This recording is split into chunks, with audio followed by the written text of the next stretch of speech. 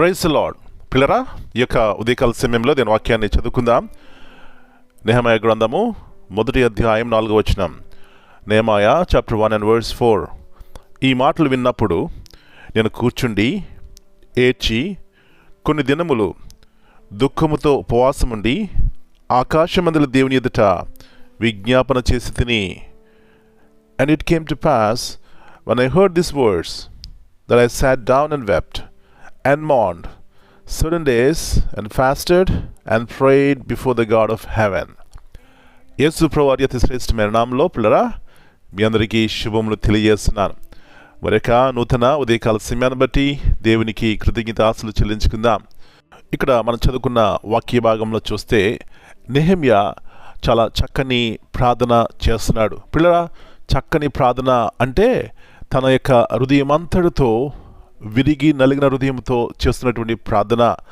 అతని యొక్క దేశము పాడైపోయింది, ఆ యొక్క దేవాలయము పడగొట్టబడింది, అక్కడ ప్రజలందరూ కూడా ఎంతో బానిసలుగా బ్రతుకుతున్నారు. ఇట్లాగా విన్నప్పుడు పిల్లరా తన హృదయం ఎంతో కరిగిపోయింది.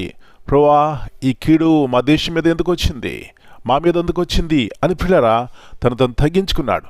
తన ప్రజల కొరకు చేస్తున్నటువంటి ప్రార్థన ఎట్లనగా, ఆకాశమందున దేవా యెహోవా భయంకరమైన గొప్ప దేవా అని పిల్లరా దేవుని గణపరుస్తూ దేవుని యొక్క శక్తిని ప్రభావాన్ని జ్ఞాపకం చేస్తూ అంటున్నాడు, దేవా మమ్మల్ని కరుణించి రక్షించని ప్రార్థన చేస్తున్నాడు.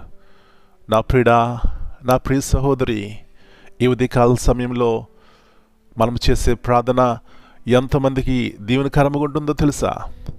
మనం చేసే విజ్ఞాపన ఎంతమందిని రక్షిస్తుందో తెలుసా? కాబట్టి ఉదయకాల సమయంలో విరిగి నలిగిన హృదయంతో సాధ్యపరిచేటువంటి దేవుణ్ణి, గొప్ప కార్యములు చేసే దేవుని ఎదుట సాగిలపడి హృదయమంతటితో ఆయన వేడుకున్నట్లయితే ఆయన మనకు జయమిస్తారు. మన కుటుంబాల్లో మన జయం చూస్తాం. అంతకంటే ముఖ్యంగా బహుబలమైన వారిగా ఈ లోకంలో జీవిస్తూ దేవుని మహింపరుస్తాం. అలాంటి కృప ఈ ఉదయకాల సమయంలో మనందరికీ దేవుడు దయచేయునుగాక. ప్రార్థన చేసుకుందాం. పరలోకమందున మా తండ్రి, పరిశుద్ధమైన దేవా, మరొక నూతన ఉదయకాల సమయాన్ని బట్టి మీకు వందనాలు చెల్లిస్తున్నాం. నెహెమ్యా ప్రభువా తన దేశం గురించి విన్నప్పుడు తన దేశాన్ని రక్షించేవాడు, జిమ్మగలవాడు అని ప్రభువా మీ ఎదుట సాగిలపడి ఆకాశమందుల దేవుని ఎదుట విజ్ఞాపన చేస్తున్నాడు. ఇలాంటి జీవితము, ఇలాంటి అనుభవంలోనికి మమ్మల్ని నడిపించండి. అప్పుడే మేము మా జీవితాలు బాగుపడతాయి ప్రభువా. మేము అనేక మందికి ఆశీర్వాదకరంగా ఉంటాం. మా మటుకు మేము ప్రభువా మీ కొరకు నమ్మకముగా యోగ్యులుగా ఉంటాం. సహాయపడండి, కృప చూపెట్టండి. ఈ దినమంతా ఈ యొక్క వాక్యము ద్వారా మమ్మల్ని బలపరచండి. వాక్యమైనటువంటి దేవా సహాయం ఇచ్చేయమని ప్రతి కుటుంబంలో ప్రభువా ఎలాంటి ప్రార్థనా పరులు, విజ్ఞాప పరులు ప్రభువా ఉంటే ఎలాంటి ఆశీర్వాదం. కాబట్టి అలాంటి వారిని లేవనెత్తండి. మా పిల్లల బలపరిచి ఆత్మీయంగా శారీరకముగా ఉన్న ప్రతి లోటు నుంచి ప్రభువా విడుదల దయచేసి క్షేమము ఆరోగ్యము దయచేయమని, ప్రతి కీడు అపాయాన్ని తప్పించమని యేసయ్య అతి పరిశుద్ధమైన ఘనమైన నామమును బట్టి ప్రార్థన చేస్తున్నాను తండ్రి. Amen. God bless you all. Dear brothers and sisters, greetings in the precious name of our Lord and Savior Jesus Christ. In this morning we read from Nehemiah chapter 1 and verse 5. Nehemiah begins his prayer by acknowledging God's greatness and faithfulness.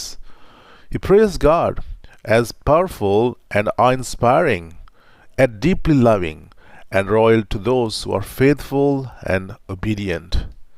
So in this morning time, it reminds us that God is both majestic and merciful, keeping his promise to those who walk in his ways. Friends, trust in God's word.